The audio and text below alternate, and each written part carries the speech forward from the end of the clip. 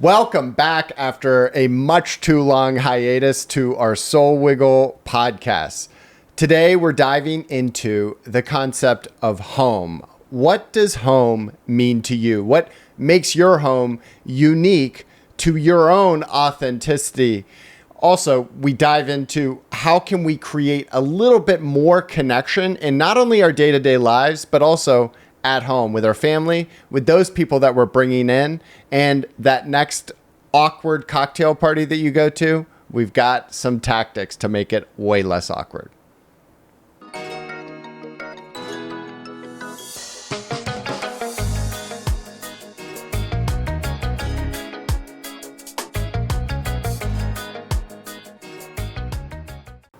Patrick, welcome home, buddy. Thank you. It seemed like you were gone for at least 6 months. It felt like I was gone for a really, really long time. So take listeners through your journey of the last month. Yeah, so I coached the women's Olympic softball team for Great Britain. Which, by the way, when people are like, wait, what was Patrick? He did softball? Yeah. Seriously? Well, I've coached for, 20 years, and it's been a really big hobby of mine. And I got asked a couple of years ago to help out with Great Britain, and I was kind of done being the head guy, and I just said, hey, I'll come help you scout. And the next thing you know, I ended up coaching third base and calling pitches last year and practice plans, and I love it. It's a passion of mine. So continued, to do it because it's in the Olympics in 2028. So it's the first time softball's been back in the Olympics in a while. So I'm motivated to, part of my passion's helping people, and I get to do that in that space. But there's a little bit of selfish motivation and get to hopefully coach in the Olympics. But there's a commitment to it, right? And we have training camp outside of London at a little town called Marlow. It's where the Olympic Training Center is for Great Britain, or one of them. It's called Bisham Abbey. So I had to go over to London like the 25th of August. So we were in London for a week. We packed up on a bus and we drove to the south of England. We got on a ferry, crossed the channel to France, drove through France, drove through Belgium, got to the Netherlands where the senior Europeans were being played this year in Utrecht, Netherlands. So we were in the Netherlands for like 11 days, playing our event there where we won the silver medal, coming second to Italy. And then I left there and I flew to Italy, to Rome, where I met my mom. So my mom's 75. She's never really been to Europe. And part of what I gave her for Christmas last year was a trip to Italy. So me trying to be... it's the right word here, trying to be efficient, said, I'll just tack it in this trip, right? I'm already there. And it was an amazing trip with my mom. We did 11 days. We did Rome, we did the Tuscany area, and then we did Lake Como. But it was a mistake to pack all that into one trip because I was gone like 26 days. It was too long to be away from home. It was way too long to be away from home. Yeah. And about day 18, I said, my tank is empty. My travel calendar has run out.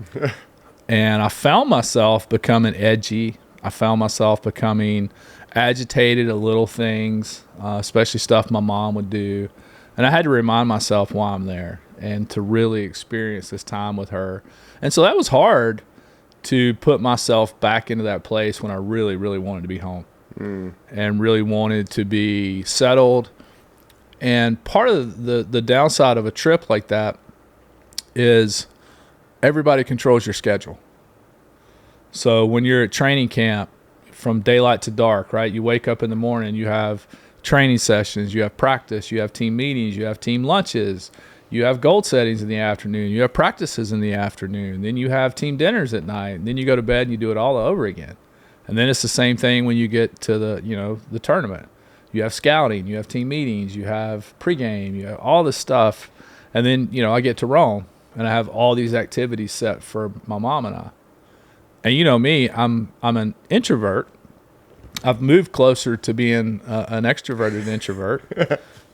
But after that long of being around people and really people dictating my schedule, which I'm not used to, it really took a lot out of me. Yeah. But I'm thankful for the time with my mom. Well, and leading into it, it was amazing because you were home for what, 6 weeks straight? Longer Right. than that. And I'd never really, well, I was at my place in Atlanta, right? I live in Florida, and I'd got into this space where, I don't know, it was probably when my son Bryant was 14. Somewhere around that time, I got this lake house in Lake Blue Ridge, so in Blue Ridge, Georgia. And I found myself constantly going up there, right? So every weekend I was there, and I'd be back home for 4 or 5 days, and I would go up there. And so I've always had these different homes, and I find myself, when you have them, you feel like you have to use them. So I'm constantly going somewhere. And then, you know, when I moved to Isla Mirada, so I had my house there, my home in Atlanta, you feel like you want to be in both places. So I was constantly going to Florida and spending 3-4 weeks. Then I'd come back to Atlanta, spend a couple of weeks. And I'd go to Florida and spend a couple of weeks. And then there's just the back and forth had wore on me. And so about the end of June, I was home in Atlanta from the end of June till I left in late August to go to overseas. And it was the best 8-9 weeks of my life in a very long time. My life's a stretch, but We're for calling as long this as I can version of remember. Patrick 3.0. Yeah. We saw 2.0, and then we saw kind of, I don't know how to, you plateaued, right? Like you kind of found this, you had risen so high and figured out so much, and then there weren't the breakthroughs that were happening, right? As you were, I mean, we could analyze it a bunch of different ways. It's like it's a great thing for everybody's life, right? It's like working out. Yeah. If you do the same workout over and over, you plateau, and you got to change it up so that you can continue to grow. And I think we should always be striving to be, 2.0, 3.0, 4.0. Totally. We should always be trying to be a better version of who we are. That doesn't mean we can't sit in a place of where we're at and be content with that for a while, because I think we have to do that to really then kind of push through that next ceiling. So, yeah, that's what it was for me, being home for a while, getting into a routine, being around the people I love, and just finding some space to be. And it's probably because I finally feel like I have a home. And, Atlanta's never, my Atlanta house has never felt like a home for me. It's a little cold. It's a little sterile. I bought it furnished, never done anything different with it. So it's really not my place. Yeah. But I find peace there now. And I think that's What do you important. think that is Peace? at home? How do you think you found it when it wasn't there? I think for me, it's about just being comfortable where you are. And I've been on a really long journey to find peace. And for a long time, I sought that out in different locations. And what I learned was moving to a lot of these different locations that I moved to, it was part of the journey for me finding that peace. And it was putting me in places that I had to be in, but also realizing it wasn't the right place. And so it helped me push through to get to different places in my life that I could find that peace in me. That I'm at peace, but I'm still searching for the next thing. Sure. But I love that definition. Home is where being comfortable where you are. That's good. It's being comfortable where you are. It's also having a place where people you love can come be comfortable with you. Well, it's interesting. I was telling Julie the other night, it's like my world has gotten so much bigger, right, in terms of the amount of people that I meet and talk to. But then at the same time, it's gotten so much smaller. And what I've Your found, circle's gotten smaller. Yeah. And who really I invite into my home, right? Because once Friday, Saturday, Sunday hit, I don't want to see anyone. I want to see you and a couple others, and that's it. Yeah, I close the privacy gate, and I'm like, that thing's not opening. Like I told Julie right before, I'm like, we're not leaving here tonight. She was like, yeah, absolutely not. And it's interesting, right? Like, as I look at a handful of things, is that, for me, home and who I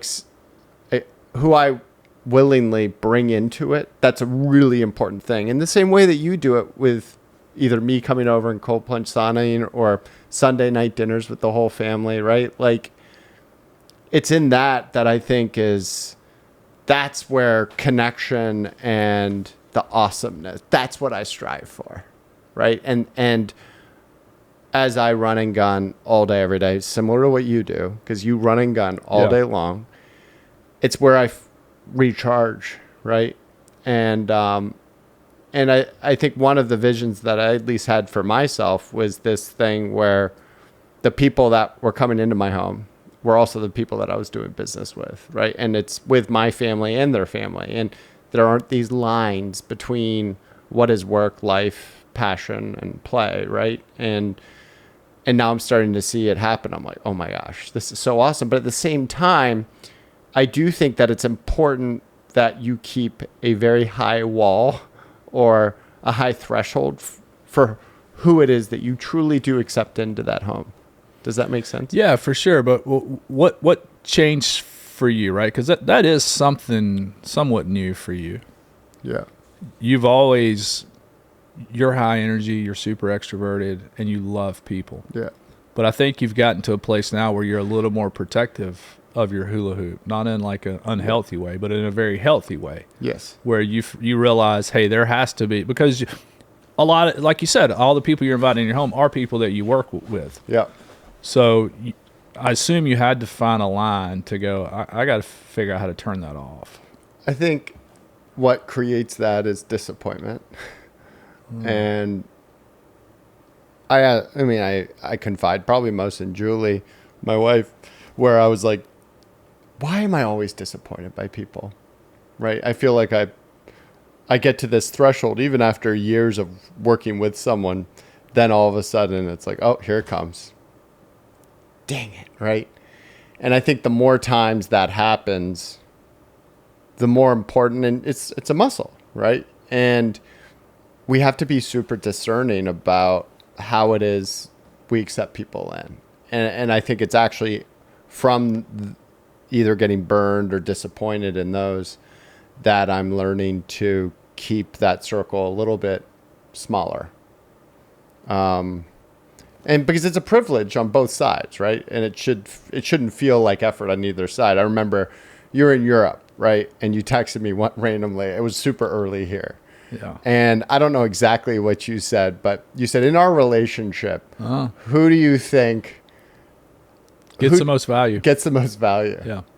And I think my first response was, it's way too early for me to think that deeply, because it was like 5 a.m. And then instinctively I said, I think it's actually seasonal, right? Where when we're going through these times of situations or challenges, great relationships and connections help the other person through that. And it's not like a day and then another day. It's those, you're talking about probably a week and a half to sort through those things, right? And it's kind of always shifting. And that's kind of how, when I look at my home, who I accept in it, and also my hula hoop, right, which only a certain amount of people can fit in that hula hoop, who I accept in, it's those types of relationships. It's not the tit for tat. I did this, you do this. I did this, you do that. Well, those aren't real deep relationships if we're to the point where we have to tit for tat them. But that's how most relationships work. Unfortunately. In marriages, right? Well, I took the kids to school today. Now it's your turn, right? It's like, oh, geez, like scorekeeping doesn't help anyone. Well, that also draws back to, you were talking a minute ago about disappointment in people. The only time we get disappointed in people when we've set expectations on them. Expectations are premeditated resentments. Yeah. That's one of my favorite quotes. Expectations are premeditated resentments. I like that. Well, and then also the fact that your expectations of others are oftentimes your own expectations of yourself reflected on them. That you're not meeting. Right. Yeah. Well, what percentage of the time would you say, Patrick, you're disappointed in those around you? Recently, like when I say recent, last couple of years, 0. Really? Yeah. I've stopped putting expectations on people. Do you have expectations of yourself? Yeah, I do. But I've also learned to be gentle with myself and to talk to myself in a much nicer way. To where I don't really get disappointed in myself. I allow myself the freedom to realize I'm going to mess up. And the old Patrick would beat myself up and then go to in a spiral of, low and depressed or whatever because of something expectation that I put on myself. And now I have a lot more forgiveness for myself and who I am. So I would say my biggest issue in that is that I'm almost too resilient, right? So when I'm let down by someone, I just move on.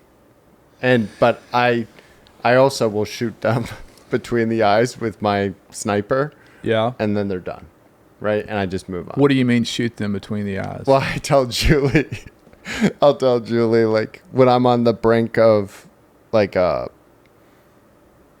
getting someone out of my life, I'll say, like, the sniper sight it's like that red dot in those SWAT movies. It's like and then 24 hours later, I'll take the shot. And do you have a conversation with him? Is that the shot? Do you have the conversation and say, hey, this isn't working for me anymore. Yeah, and then we can't be friends or we can't be whatever. Yeah. And then I move on really fast. Do you tell them why? Yeah. How do they receive that? It usually gets heated and then it resolves. I don't know. It totally depends on the person. Do you find you do that because people are putting expectations on you, and when you're not meeting those expectations or giving of them, right? Because most people want stuff from I think it's mostly when I figure out that it oftentimes comes down to inauthenticity. And I think loyalty and authenticity are two of my most important traits that I value the most. And when those things are broken, it's really hard for people to make their way. And I'm a believer that people change, right? I mean, look at you 4 years ago. Yeah. But I think I'm at this space where it's like, if we think about it in the context of my home, we don't have a huge home, right? Only a certain amount of people can fit into it. And I have to keep that circle small. Because people will ask me, Chris, how do you keep so many connections and relationships going at one time? I think you asked me that one time. All the time. This brings up something that I want to find out if our listeners agree with. I'm thankful I'm an introvert because I have less opportunity for people to disappoint me than you do. Because you open your world up so much to so many people, which is amazing. And I don't. So I don't have many opportunities for people to disappoint me. Do you think there's power in that? I do. Maybe you figured something out that I haven't. But I will also say, look, if I were to track my energy in a day, what gives me the most energy is connecting with others and helping them in some form or fashion. Right. And so to a certain extent, when I do what I do, not only is it super authentic, but it brings me so much joy and fulfillment in the process. Now, as I do that, I also have an expectation that, like, probably this won't be returned the other way. Right. And I think that in those people that I allow into that hula hoop, there is a form of expectation that if I need something, which doesn't happen that often, they'll be there to help me sort through it. Right. I think your disappointment happens a lot, though. But like you just said, you get energy from helping people, and we should all try to help people. The kind of the fine edge there is most of the time we help people, they continue to want to help, and they continue to want to help, and continue to want to help. And I think a lot of your disappointment comes from people that continue to try to take. That's true. Or if they don't take action on the thing that I had already advised them on.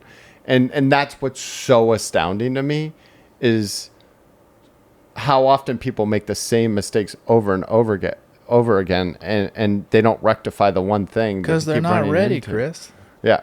I think give that's up on the them. truth. Can't give up on them. No, and I don't give up on those people, but they're not getting invited into my home. Yeah. But I mean, we are about to get a cold plunge sauna thanks to all of your influence. So I think that that and me moving again, is creating a little space between us. And honestly, I think that's been part of my own evolution in terms of making that group smaller. Is that you and I have had so much interact almost every single day, right? Yeah. With a cold plunge sauna, and it's like. That's enough. Like, you don't really need 10 different people in a day, right? Like, or 40 for you, or 40. Yeah.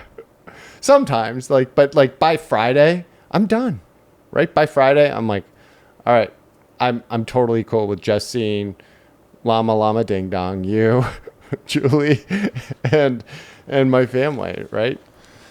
But it is important that I think people understand the relationships that you have in your life, if they're truly authentic relationships, right? And that text I sent you is because I was reading on my trip, and I read this thing, and it says that the really great relationships, if you ask the other person who gets the most out of relationships, they say I do. Yeah.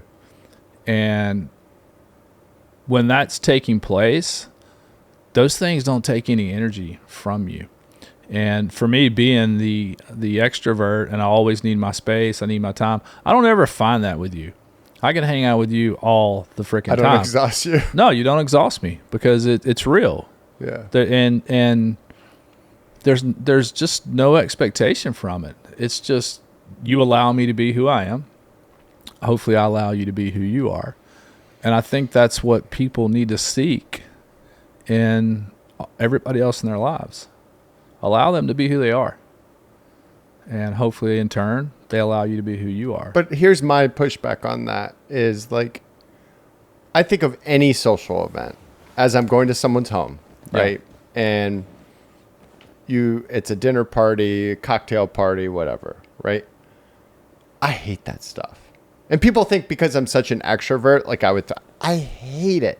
And why I hate it is because it's filled with meaningless conversation, right? And I think why it's so difficult for me to do those or be in those situations is because I'm flexing and this muscle all day, every day of not only authenticity, but real conversation, a lot with you and then also different people that I work with. And I forget how most of the world works. And I think for a lot of listeners, they're in this place where it's all, when you go there, right? And we've seen this play out in a lot of situations as we've brought other people together, right? Whether it be over dinners or different events that we've thrown with SoulWiggle. And people are like, what is happening here? It's almost shell shock. Yeah.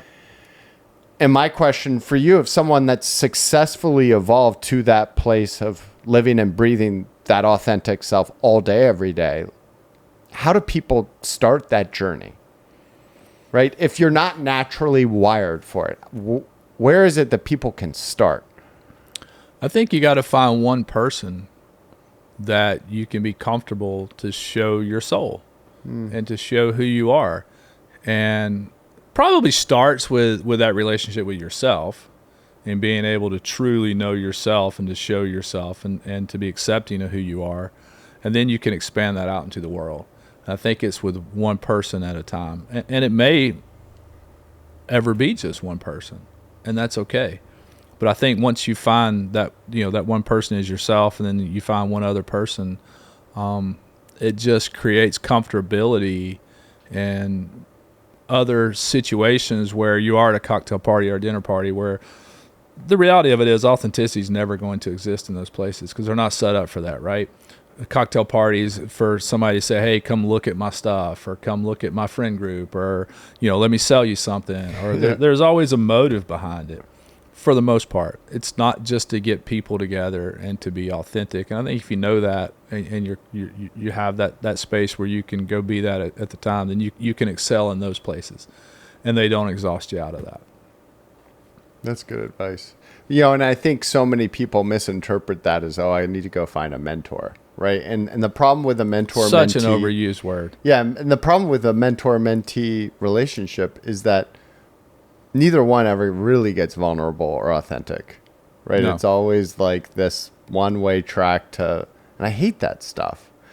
And I think we all have something that like we can learn from the other person, regardless of where we are financially or in our job or in a certain place, also age, right? I mean, the amount of stuff that I learned from Ben before he took off for Europe, Ben, now you've been replaced with Llama Llama Ding Dong over here. I mean, what a great addition that Bryant has been to the podcast. But like there, I think in all of that, if we approached every day with more of our authentic self showing and also an openness to learning things and going there, right? And that's why for me, I created Tough Questions, which came out of a lot of our interactions and really the dinners when we would bring people together that had never met. I'd have this slew of questions that I would start asking to get people to this. Which scares the shit out of a lot of people, everyone, by the way. Yeah. Everyone. Yeah, it scares me at times. Yeah, but now you'll text me at a random dinner and be like, hey, give me a tough question. But because I've realized how it opens people up. Yeah. Nobody has any deep conversations. And that stuff's still uncomfortable for me. But if you can get somebody to go deep, it opens the whole thing up to where you can be seen and they can be seen. And so that's the cool part of that. Here's one of my favorite new ones that I haven't put into this deck. And this was inspired from Bart Foster, one of my good friends who does this for a lot of his executive retreats. And it's a simple question, but it's an exciting one in that it's, what's something you've celebrated? So let me ground this. When you're in these situations, whether it be at someone's house or a cocktail party, or you're at that round table, like how do you actually get to that place of authenticity and ideally some vulnerability? So I created 100 different questions. So my 101st question is this one from Bart. That is, what's something that you've celebrated in the last 6 months? Define celebrated. So something that you were super excited about, some form of what you see as something worth celebrating. I think I know what yours is. Go. What is mine? What is mine? You're going to be Poppy. Yeah. Right? Yeah. I mean, that's totally something worth celebrating. Yeah. And the old Patrick would not have celebrated that, I don't think. Like, talk about something that is so indicative of your own development. I definitely handled the news of that way better than I would have before I had done the work on myself. That is true. Yeah. Yeah, and I'm certainly looking forward to celebrating that. Before you brought that up, if you had just asked me that question, I would definitely say I was celebrating the opportunity to spend 2 weeks with my mom. And that was just such a gift to be able to do that. I'm looking forward to being a grandfather. That's just, I'm stoked about that every day. But to take the time to spend 11 days traveling with my mom and getting to see just the joy on her face was really cool. I hired a photographer at 2 of the cities we went into in Italy. I couldn't afford the one in Como. That was crazy. But I've gotten these pictures back, and even my kids looked at them, and they didn't say, hey, phenomenal pictures. They said, look how happy she looks. And so that's my latest celebration, is seeing my mom happy. I will say for myself, and it's not one thing, it's for the first time in this journey of being an entrepreneur that has been very stressful. And I have kids with horses, and like it gets ridiculous fast. Like my burn rate is crazy, but for the first time as of the last 3 weeks, I feel like I'm going to be able to truly pull this off without having to go find a real job. Do you think part of that, and here's what I want to celebrate for you, and this goes back to a lot of what we talked about earlier. You've found the ability to say no. Yeah. Which the first Chris I met couldn't say no to anything. No. Everything that come your way was the new shiny object, and you were yes, yes, yes. Yeah. And I think now you've gotten more laser focused on what you want, and there's power. And part of that, though, was strategy, right? Like, because when I left the firm and sold my shares, I gave myself at least a year to really figure out what is it that I like, right? And so it was like a guy that just graduated from college and going and playing the field for the first time. And so I think some of that was strategy. And yes, I've gotten way better about not only saying no, but charging for my time and having enough self-worth that my time is actually worth money.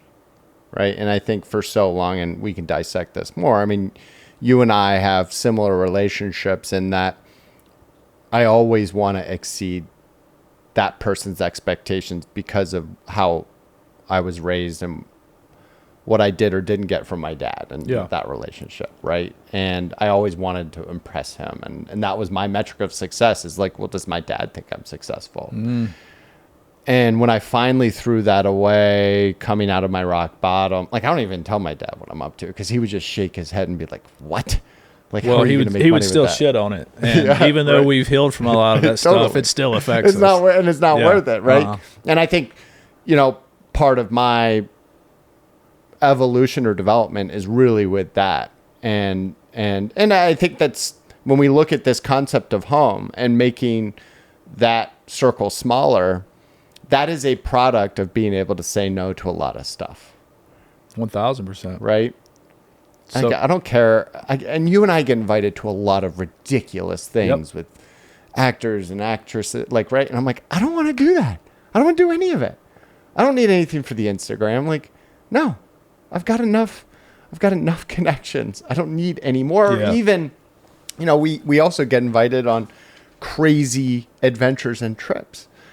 And in this celebration of the last 2 to 3 weeks, I said no to a free, insane trip, right? And it would have been free because I have to prioritize this momentum and revenue first over going on a boondoggle to go surf.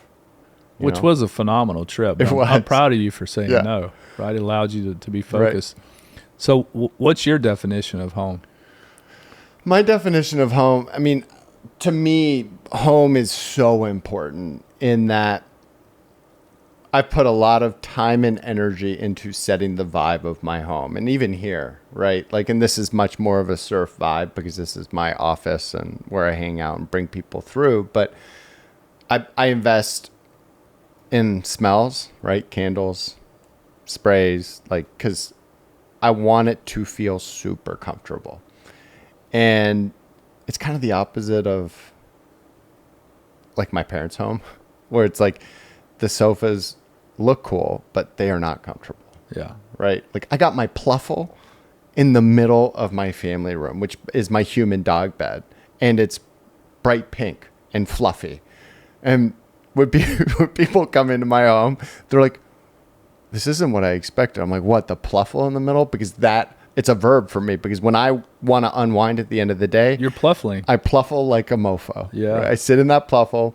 I watch something. I hang out with Julie. And so to me, my concept of home is that place that just feels comfortable, but it also sets a vibe, much like what Jimmy Buffett did with me with Margaritaville and his music. It kind of takes you away. And with what I've developed here, it's almost like a mountain house surf vibe in the city.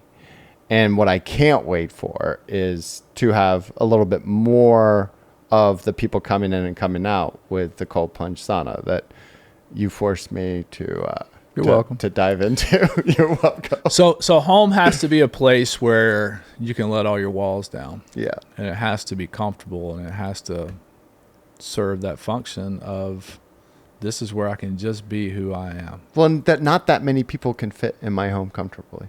It's perfect. Right? You said your And it is hula perfect. hoop's small. Yeah, no, Yeah. totally. Like, I mean, we can probably have a dinner for 10 at most, but that's all I really want. Yeah, like that's all you anything need. above that, it gets a little bit unwieldy in terms of me trying to develop the connection that I strive for, right? And so I'm super proud of the home and vibe that, I mean, it could be cleaned up a little bit, but it is when I'm on the road for 2 days, I'm ready to get home. And it feels like home. Yeah. Right? I'm not striving to go off to another place, although at some point I think my home will be on the ocean where I can do all the things that I truly love. But like I'm good with being where I am with my home. It's important. Where's your home? Well, home's just, anywhere that I'm at. Like I said, I feel like I can let my walls down, right? I have my home in Florida as a home. I'm super comfortable there. I love your home in Florida. Yeah, it's nothing fancy, and I think it's a place where I'm in the process of building a new home here a little bit north of Atlanta. I hired a lady to do the design, decorating of it. In the first meeting we had, she said, "Tell me your vibe. Tell me what you're looking for." And I said, "I want it to say to the people that come in, sit down, I'm about to give you a hug."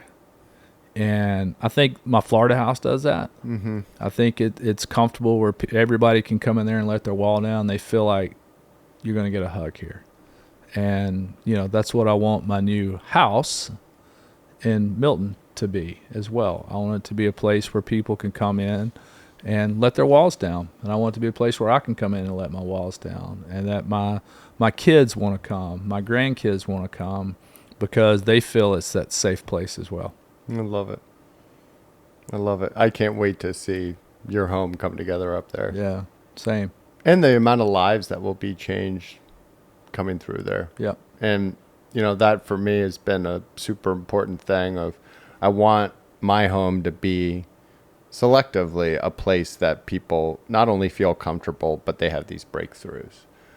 And I think where the home is evolving is I have this vision of kind of what you're building up north, where we could have people for retreats at that home, right? And everyone's kind of pitching in for dinner and like when the kids are gone.